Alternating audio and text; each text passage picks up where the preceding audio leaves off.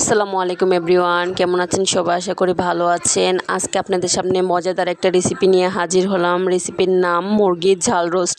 অবশ্যই সবাই ট্রাই করবেন এবং খেতে অসম্ভব মজা এবং টেস্টি। অবশ্যই সবাই ট্রাই করবেন। ভালো লাগলে চ্যানেলটি সাবস্ক্রাইব করে পাশে থাকবেন, একটা লাইক অবশ্যই দিবেন। প্রথমে মুরগিগুলোকে ম্যারিনেট করে 10-15 মিনিট রেখে দিয়েছিলাম।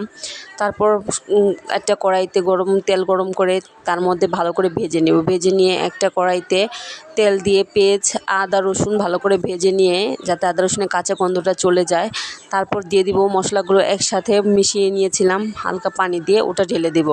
ঢেলে দেওয়ার পর ভালো করে কষিয়ে নিব। কষিয়ে নেওয়ার পর সামান্য পরিমাণ লেবুর রস দিয়ে দিব এবং দিয়ে দিব কিছুটা গুঁড়ো দুধ।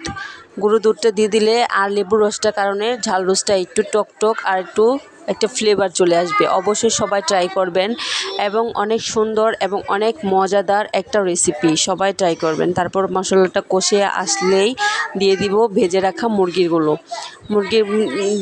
ঝাল রোস্ট তৈরি করাটা খুবই সহজ। অবশ্যই সবাই ট্রাই করবেন এবং মজাদার, অনেক হেলদিফুল একটা খাবার, সবাই এটা পছন্দ করে। তারপর কষিয়ে দিয়ে দিব সামান্য পরিমাণ ঝোল। ঝোলটা টেনে আসলেই আস্তে আস্তে তৈরি হয়ে যাবে মজাদার মুরগির ঝাল রোস্ট। সবাই কিন্তু ট্রাই করবেন এবং অনেক মজাদার একটা রেসিপি। ভালো লাগলে চ্যানেলটি সাবস্ক্রাইব করে পাশে থাকবেন। ধন্যবাদ।